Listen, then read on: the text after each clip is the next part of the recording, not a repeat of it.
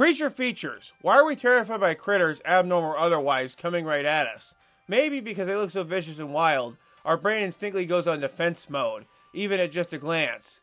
Heck, if we're not careful, our pets could turn on us in a minute. Because I love to talk about random waves of movies, and inspired by some recent movie viewings, I want to talk about animal attack movies or creature features in our modern culture. How do we go from being terrified by giant sharks to finding them eye-rolling worthy? With this video, I'm going to be talking about major studio creature features of recent years, comparing and contrasting them, their established formulas, and how they were similar and differed from each other, particularly over time. Plus, as you might come to this channel for, I'm going to be giving my own thoughts on them as films. Which one did I like the most? Did I like any of them? Well, you're just going to have to continue watching to find out. But first, remember to subscribe, share, and hit that like button. Also, check out my website, dansden.net. Anyway, this is Bugging Up, where if I'm not careful, I'm going to get poisoned by a snake or bitten by a shark. Also, with Halloween around the corner in about a month, any of these movies might be appropriate for the season. To start, let's establish some guidelines. What exactly is a creature feature? By definition, a creature feature is pretty simple at its basic core. It's a movie featuring a dangerous monster, but that use of the word also allows for a pretty broad spectrum. To limit this list, we're only going to focus on movies from the 90s and above. These movies had to feature some kind of monster, be it an animal or a fictional one, on the attack. Movies like Jurassic Park, Peter Jackson's King Kong, or any of the American Godzilla movies are going to be excluded. These movies by most definitions fit the moniker of a monster movie, but discounting the Meg, they feel so much bigger in comparison in scope and scale. I also will be covering sequels like the Alien and Predator franchises. The movies in question may have had follow-ups, but these are the originals. With that out of the way, let's start. In the 90s, we had classic creature features like Tremors and Arachnophobia, aided by practical effects. These were decently made and memorable movies. Then an extra level of comedy, action, and edge to them, not often seen on this level of scale and effects. They would wind up becoming a forerunner for the creature features going forward. Movies about monsters or giant animals going on a rampage have long been popular. This was the 1990s though, a time defined by spectacle, by rapid editing, and by groundbreaking special effects. Combine all three in the classic effective thrill of being attacked by a dangerous animal, and suddenly you have the ability to experience monster movies in a way that went well beyond the standard B-movie schlock of the past. The movies all follow the exact same setup and formula, with similar character dynamics, limited sets, and payoffs. They often feature plot scenarios where people are killed off one by a seemingly unstoppable computer-generated force, be it a powerful animal or some kind of gigantic beast. The films fit as a sort of variation of the classic haunted house trope, but in different locales and settings. A lot of these movies are set in and around water because it is an incredibly effective way of showcasing the vulnerabilities of our main characters in relation to the beast. Generally, the characters are not well defined or developed. The romance in these films, as is always secondary to the action on screen, and there's sort of 90s logic of pointing out the apparent silliness of the premise. They play up on both a combination of comedy and scares. Los Losas, Anaconda, is about a National Geographic crew who sets out to find a long-lost tribe, and winds up facing off against a dangerous snake. Steve Miner's Lake Placid from 1999 is about a sheriff, a game officer, and a paleontologist who go to the lake in the middle of Maine to investigate the strange happenings of a small area and encounter a giant crocodile. Rennie Harlin's Deep Blue Sea, also from 1999, is about a scientific crew who are studying mako sharks in an attempt to help combat Alzheimer's disease, when the genetically engineered sharks break free and start attacking everyone. The backstory behind these films are incredibly eventful.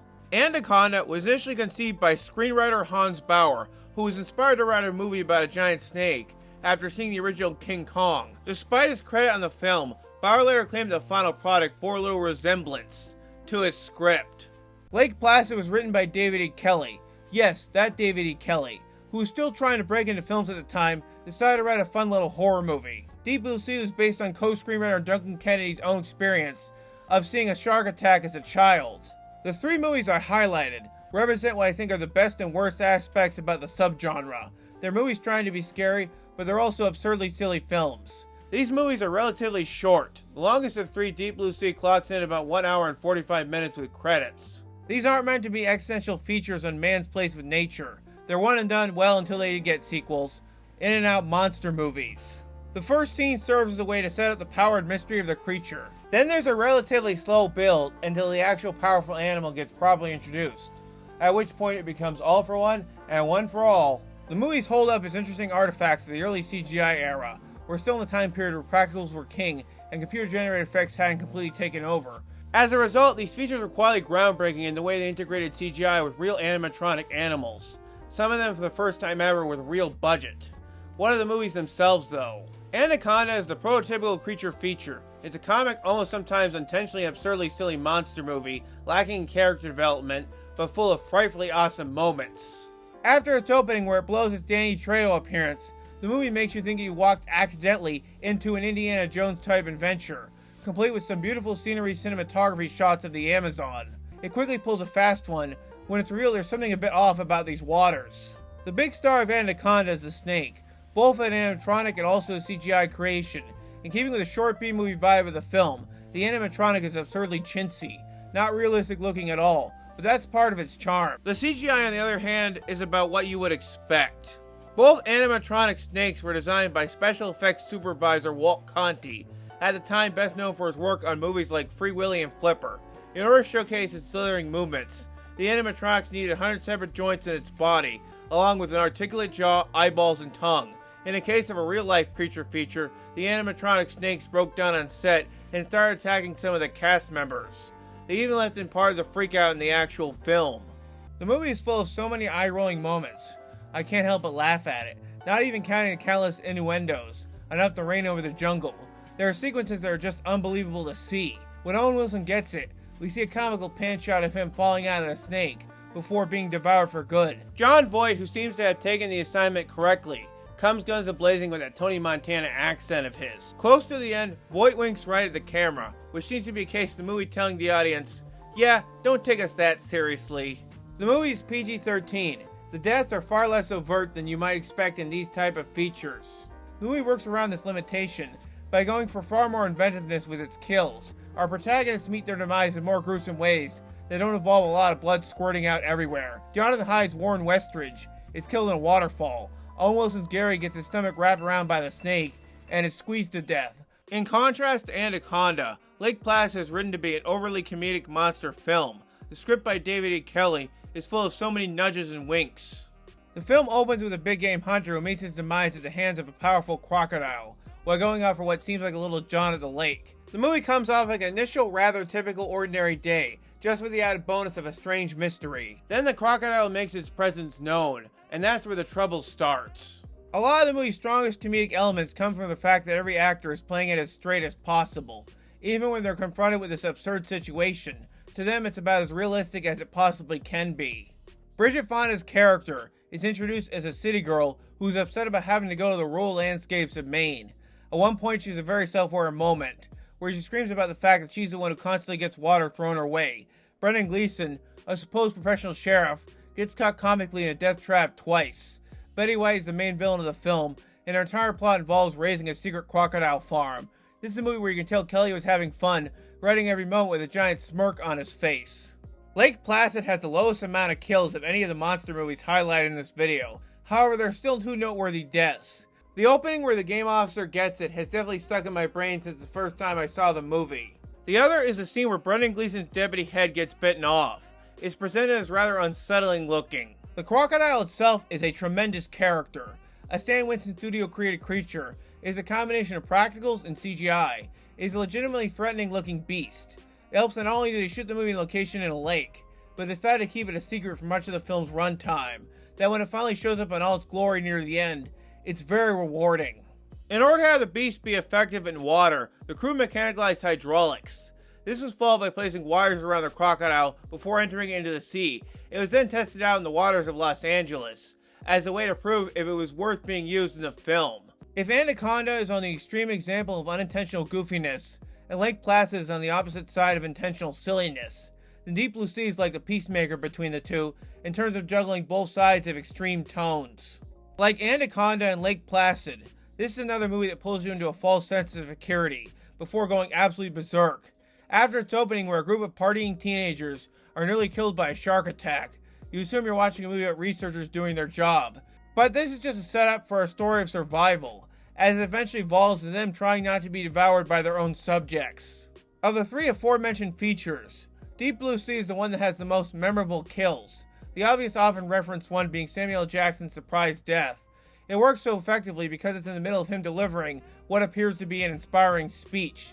Some of the other demises in the film are, though, surprisingly presented as very gnarly and visceral. This is a film that earns its R rating in a way that, say, Lake Placid didn't even. The movie's accidental genius comes in how it wavers in my mind from being dumb to clever, just absolutely hilarious in a matter of minutes. It's supposed to be the most serious-minded of the three films, and it mostly works as an intense horror-type thriller, especially with how much of the actual threat is water-related. It's also the only movie I can think of where in between moments of genuine survival and intense destruction, we cut to moments like LL Cool J doing a final video confession where he makes an omelet joke. I'm never 100% sure how much it wants to take it seriously or treat it like a goofy object. Owing to the fact that it's the film with the largest budget of the three, the sharks in Deep Blue Sea still look mighty impressive. Unlike Anaconda or Lake Placid, they get the most screen time out of all the deadly creatures. The animatronics, again made by Walt Conti's team, are designed to be 26 inches, even bigger than Jaws. The crew took inspiration from action footage of mako sharks swimming. The animatronics were so well built and realistic, one actually leaped up and went through the ceiling. The rest of the shark effects were handled by computers, which is evident in some shots, less so in others. These are movies that are, to put a fine word, goofy, absurd, full of characters making illogical decisions, and that's what I kind of love about them. They give no pretenses, and they're just so much fun to watch. They represent the perfect kind of old-fashioned Saturday afternoon cable viewing experience. Also from 1999, there's Bats. I don't think it's as enjoyable as the other three movies I compared, but it does feature many of the same tropes. It's a relatively short 91 minutes, it opens establishing the power of the bats, and it features a group of archetypes, a wildlife expert and a sheriff, as they have to defend themselves from a bunch of invading genetically mutated bats. This one gets right into the action immediately with the bat attacks, which I kind of appreciate. Here the tone seems to be a combination of being as serious as possible, with occasional moments of lighthearted nodding humor. This is particularly evident in the second half, when they're setting up the trap. It's the point where I'm not sure if the film is supposed to be stupid or either secretly clever. The bats, a combination of animatronics, computer effects, and two actual live bats, are tremendously cheap.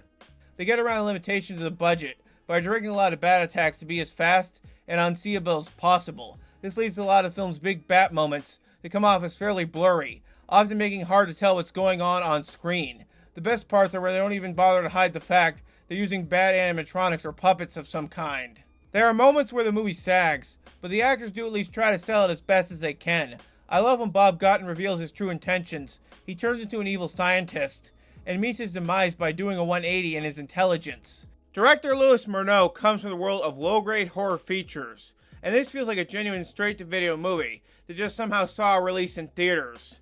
It's kind of delightful to watch. Bats also brings into question how creature features from this era distinguish themselves. Movies like Anaconda, Deep Blue Sea, and Lake Placid are definite monster movies. In comparison, films like The Relic and Mimic also fit into the creature feature mold. But whereas these earlier films are about real-life animals on the attack, these movies take more of a mythological serious threat, coming off like their police procedurals to have them feature some sort of ravenous beast on the loose. The monster in Peter Hyams' The Relic is a Chimeran type known as the Cthulhu. It's a 15-foot creature who is the head of a spider and a reptilian body, among other features. While the creature in Mimic, a film from Guillermo del Toro, one of the kings of modern movie monsters, is a deadly giant cockroach known as the Judas breed insect. Both Mimic and The Relic open years before their respective films' actual start dates, giving a brief yet not obvious origin for the creature. While The Relic's opening is unfortunately an outdated superstitious native tribal type ritual, Mimic's is more basic, and establishes the film's cure for a disease involving bugs. The Relic is a 1997 museum-bound horror movie. It is based on the first novel in the Agent Pendergrass series. The movie is originally said to be filmed on location in the American Museum of Natural History in New York, when a deal could not be reached. It was changed to the Field Museum of Natural History in Chicago. The Relic is a movie built in atmosphere. For the first hour or so, director Peter Hyams creates a tone of strangeness. Hyams was heavily inspired by Alien. The monster's presence is felt, but is never actually seen during much of the film. When it does appear, it's in the shadows or it's hiding behind something. Its scream can also be heard unpleasantly in the background at several points. Even while it doesn't actually physically appear, there's never not a feeling of impending dread. When it becomes apparent to the film's investigators, and not just the moviegoers, that there is something dangerous inside this museum, all hell breaks loose. The movie has been building up to this moment. It becomes incredibly satisfying when the monster is revealed. Last act of the film becomes one giant grisly assault, as the creature rips people apart limb by limb, head by head, complete with realistic blood and body effects. The creature was another Stan Winston studio creation. Pleasantly is not entirely CGI, more practical than digital. Much like in Jurassic Park, the lower shots when walking are CGI, while in close-ups, it is clearly practical and really there. The biggest challenge with the monster would prove to be its actual design, due to director Peter Hyams' decision to have the monster look anthropomorphic. This meant it was not designed with actual performers in mind.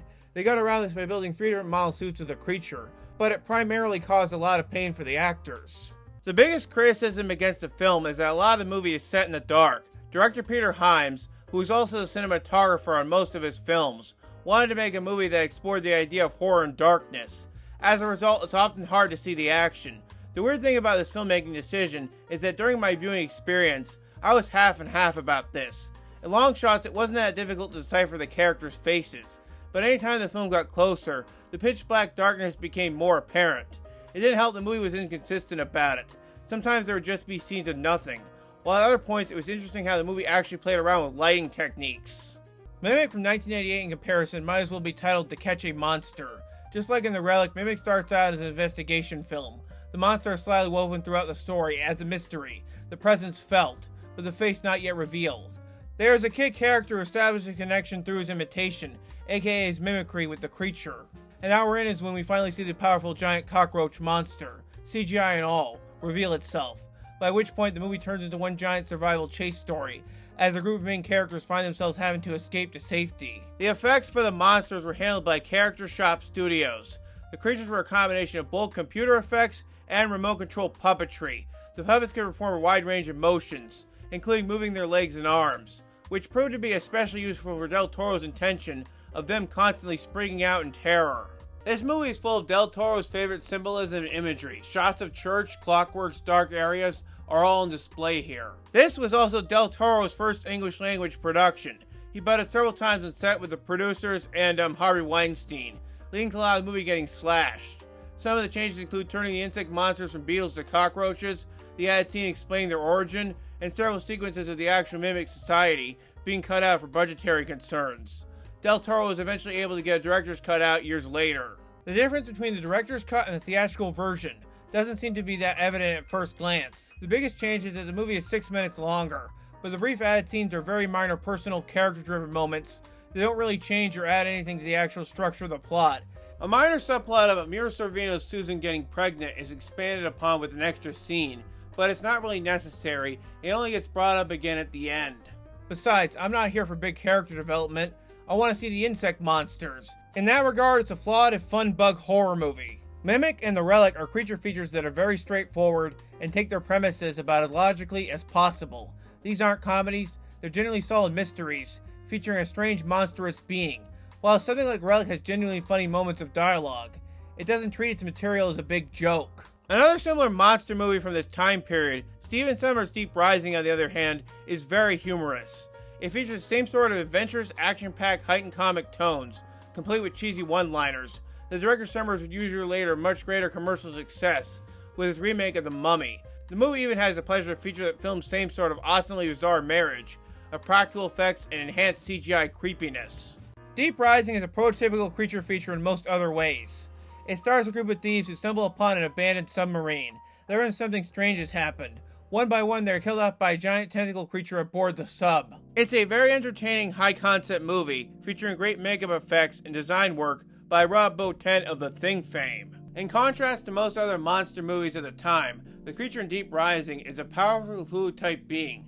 The movie goes out of its way to have its tentacles weave its way throughout the film, treating it as this unbeatable, scary adversary, until we get to the end, where we get to see it in all of its big, vast glory. Interestingly, the original design of the monster is actually supposed to be even creepier, but it got changed for reasons unknown. The film's monster effects were handled by Industrial Light and Magic, DreamQuest Images, and Blur Studio. The biggest challenge would prove to be creating the creature's tentacles and the water effects within the confines of a lower medium-ish budget.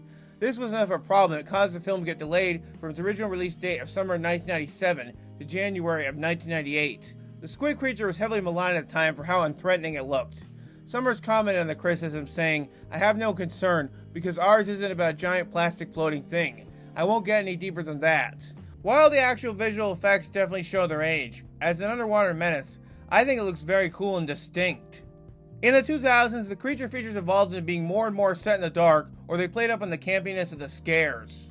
The best or most intriguing of the genre from this time period tended to be from outside of the regular studio system. Bong Joon-ho's Superb the Host, Neil Marshall's terrifying The Descent, Rogue from Australia about a man-eating crocodile, Splinter from 2008 featuring people trapped in a gas station with a parasitic organism, the more directly comedic Feast from 2005 featuring a group of bar patrons who have to defend against monsters indoors. As far as studio offerings go, there's Primeval from 2007. It follows the traditional structure of a classic monsters attacking story, right down to an opening establishing the power of its main beast. It stars members of a news team who are sent to Brunei to bring home a 25-foot crocodile. Unlike some of these past films, Primeval is actually not entirely a monster movie, as the trailers and marketing will tell you, which for some reason downplayed the crocodile aspect. It's more of a political thriller set during a civil war in South Africa. It comes off as a much lesser Blood Diamond. It feels like a shoehorned in a terrifying, powerful crocodile, just to get people's butts in the seats. What it has to say about African sovereignty and warring is, comes out like it's trying to chew off more than it can actually handle. The Africans are not presented in the best light here. The movie feels like it was edited within an inch of its life, and sometimes it'll cut back to inconsistent, found footage style scenes, shot from the perspective of a camera. I get what they were going for here. They were trying to play up the news team aspect, but it's not particularly successful as a gimmick or a movie. Some of the scenes with the crocodile is so dingy lit that it's hard to even tell what's going on 99% of the time. If Primeval represents the worst of what the modern genre has to offer, then Ellery Ekiam's Eight-Legged Freaks from 2002 fits squarely into the opposite of that, having its feel and embracing more of the preposterous elements. Based on a short film Ekiam made in 1998 called Larger Than Life, Eight-Legged Freaks is traditional old-style 1950s, low-budget comedic science fiction creature feature, in the mold of radioactive bug movies like Them or Tarantula. Don't think it doesn't have a lot of kills though, because it absolutely does. This movie is about spiders that grow large in size, and proceed to attack a local town nearby. The place is so poor and beat down, they're serving people ostrich burgers. The giant spiders bring unexpected excitement and fear to this remote area in Arizona. There's a kid character, a spider expert who hangs around an eccentric arachnid collector, played by Tom Noonan. The kid is presented as the smartest person in the town. He is the first soul to discover that they've grown enormous in size. Dougie Doug is our resident crazy conspiracy theory expert, who the movie starts from and finishes with, while David Arquette is our protagonist, the lovable loser who is in over his head. The townspeople are shown to be idiots, who don't believe they're actual giant spiders, until they see them in person, by which point it has already turned into absolute mayhem. The spiders are primarily CGI. They are presented as comically, cartoonishly dangerous in their nature. They make goofy sound effects provided by voice acting legend Frank Welker, and they spit green goo everywhere. The movie works because it's a fun horror movie, where despite the spiders coming off as cartoonish, everybody's treating it like a real invasion. To them, it might as well be the apocalypse. Ekiam was heavily inspired by the comedy terror tones of Tremors. Freaks isn't as successful as, say, Tremors was, mostly because the giant spiders don't look particularly realistic, and aren't meant to be, but it does work well enough with how much it balances the comedy hijinks with the inherent freakiness of spiders. The movie's biggest issue is that it sort of runs out of steam by the end. The concept is really fun, but after the 10th or so spider attack, it feels redundant. Still, I was surprised by how much I enjoyed this one. There's a lot to recommend here. In our modern movie landscape, the creature feature still exists. Some recent ones include Beast, featuring Idris Elba protecting its children from a lion attack in South Africa. Underwater, about a group of oceanic explorers who encounter an evil while undersea, and Crawl, an underappreciated horror movie about a crocodile attack during a storm. Predominantly, though, many current creature features have largely evolved into becoming more experimental these days, less directly about the kills themselves. Modern popular movies like A Quiet Place, The Shape of Water, and Bird Box all feature traditional movie monsters, but they take a concept of a creature feature and turn things upside down. These movies have death scenes, but more often than not, they're less about the actual attacks themselves, and instead focus on as much direct grief and connection as possible. Movies cannot solely be two-dimensional these days. Everything needs to be three or more. Years and years of bad sci-fi channel fodder and asylum-type Sharktopus vs. Predacata levels of bad movies have poisoned the water for many people. The Meg, for example, could be categorized as a typical creature film, with the added attraction having an action hero as its lead. However, it also has characters who are more in on the joke, features more modern quips, big set pieces, and feels like it's trying to add a level of pathos, not usually seen in these type of features. The monster in the film, the titular giant Megalodonna, while big and threatening looking, doesn't come off quite as memorable as movie monsters of years past, mostly because the feature doesn't do quite a good job of establishing its urgency. Then there's Cocaine Bear, which is another bit of a diversion on the creature feature formula. As a traditional mid-range monster movie, Cocaine Bear actually works pretty well. It's 95 minutes, it's full of lots of bloody, violent kills, the characters are given some vague backstories, but there's no significant relationships beyond the camaraderie of its main protagonists. The bear is introduced in the pre-titles, and is established as a genuine threat. I think it would have worked better if it was a man in a bear costume or an animatronic, but I have no problem with the actual CGI. I can see where director Elizabeth Banks and writer Jimmy Warden were going with this one. The problem is that the movie tries to have its cake and eat it too. The bear being taken seriously is great. It's the actual drug dealer scenes where the film threatens to lose its focus.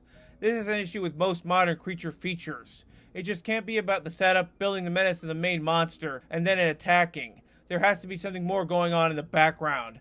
This is true even in features that are just supposed to be a little over 90 minutes. So a movie like Cocaine Bear that was working well enough in its first 60 minutes starts to tumble a bit because of too much bloat. Some of the best, more recommendable creature features are low-budget, independent, smaller films. Movies like The Void and The Ritual have brought a fresh new perspective, while still simultaneously playing out like traditional don't get killed by the monster type of movies. The creature feature should always be around. Even when a movie doesn't really have the exact elements of what we consider a tradition in the genre, it's always fun to watch a movie where a bunch of idiots run around, getting killed or nearly killed by a powerful being, be it an animal or even an alien. As far as the 1990s is concerned, it was a golden time for the genre, warts and all.